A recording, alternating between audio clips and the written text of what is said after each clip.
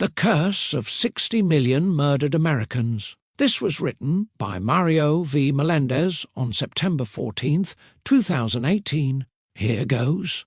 The Curse of 60 Million Murdered Americans. We Filipino Americans are mostly Catholics, and we refuse to acquiesce to the abominable idea that human life is dispensable, especially of the most vulnerable among us. It is not. And Trump and the Republican Party agree with us. We will be blunt. Wherever Democrats get off lecturing as Trump supporters about American values, we will never know. Truth be told, they have on their hands the blood of 60 million Americans murdered in the womb. When it comes to thugs like Trayvon Martin, Michael Brown, Freddie Gray, waterboarded terrorists like Khalid Sheikh Mohammed, cop killers like Mumia Abu Jamal, Assata Shakur, Abu Ghraib detainees, and Guantanamo terrorists. Democrats go on full bleeding, heart mode, and cry copious tears. But when it comes to the most innocent and vulnerable among us, and the most deserving of our protection, the American in the womb, their silence is deafening. Did the Democrats even raise a squeak at the disturbing 2013 Dr. Kevin Gosnell case, where he killed babies who somehow survived his botched abortion by cutting them at their tender spine with a scissor? Or at the 2015 hidden video revelation that Planned Parenthood clinics harvest the organs of aborted babies and make money off them? The mainstream media, the Democrat Party's ally, didn't even cover those stories, while they couldn't stop broadcasting the Michael Brown case incessantly. If it's because he's black and his killing was supposedly racist, fake news, we have some stats to share from Jason Riley, a black journalist who mourns the genocide of his fellow blacks. The abortion rate of black babies is more than 3 times higher than that of white babies. In New York City alone, from 2012 to 2016, more black babies were aborted than born, with 136,426 aborted, as opposed to 118,127 born. Nationally, black women are only 7% of the population, yet 40% of all abortions were performed on them. So, can Democrats honestly say that racism has nothing to do with the disparity? Must they be reminded about the founder of Planned Parenthood? That's Margaret Sanger, a notorious racist and eugenicist who dedicated her life to controlling the growth of the population of those she deemed genetically inferior. To her, that included African Americans.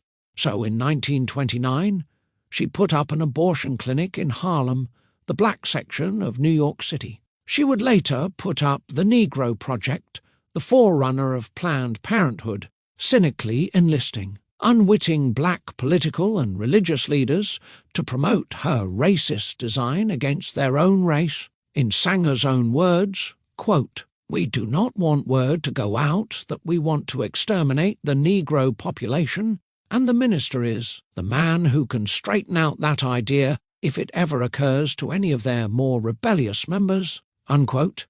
You can read it all in a book by Bruce Fleury entitled, quote, "The Negro Project, Margaret Sanger, is diabolical, duplicitous, dangerous, disastrous, and deadly plan for black America," unquote. Sanger is a role model for Hillary, admitting she's in awe of her.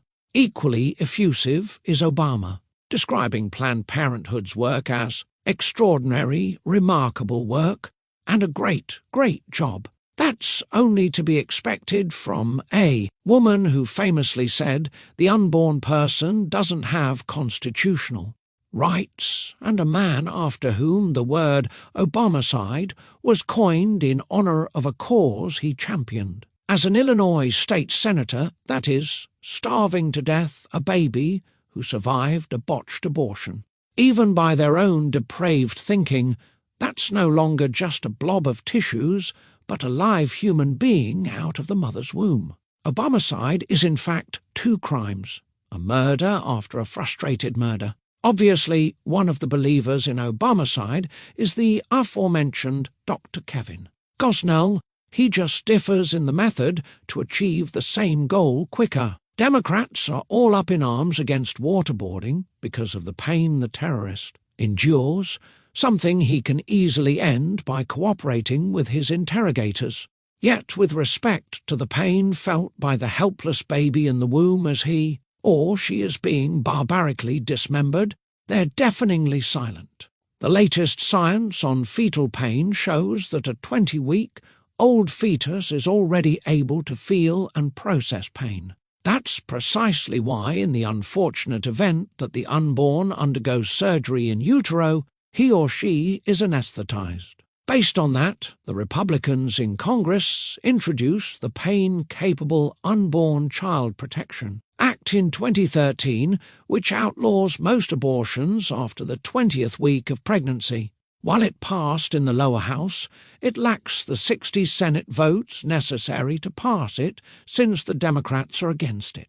It has since been in legislative limbo until last January 29th, when it was defeated 51-46 in the Senate along party lines. Hillary is predictably opposed to it as being against Roe v. Wade, while President Trump is in favor of it. Americans are on his side by a wide margin. According to one poll, 76% of them are against abortion after an even earlier period, that is 12 weeks. As the Democrats were cheering the defeat of the Pain-Capable Unborn Child Protection Act, a disappointed President Trump issued the following statement. Recently, when I addressed the 45th Annual March for Life, I called on the Senate to pass the Pain-Capable Unborn Child Protection Act, important legislation that would protect our most vulnerable. It is disappointing that despite support from a bipartisan majority of U.S. senators, this bill was blocked from further consideration. Scientific studies have demonstrated that babies in the womb feel pain at 20 weeks. The vote by the Senate rejects scientific fact and puts the United States out of the mainstream in the family of nations in which only 7 out of 198 nations, including China and North Korea, allow elective abortions after 20 weeks of pregnancy. We must defend those who cannot defend themselves. I urge the Senate to reconsider its decision and pass legislation that will celebrate, cherish, and protect life. The Democrats better enjoy their victory because it won't last very long, given a Supreme Court fast turning very conservative thanks to President Trump. The days of their most treasured victory, Roe v. Wade, are numbered. Obama likes saying the arc of history bends toward justice.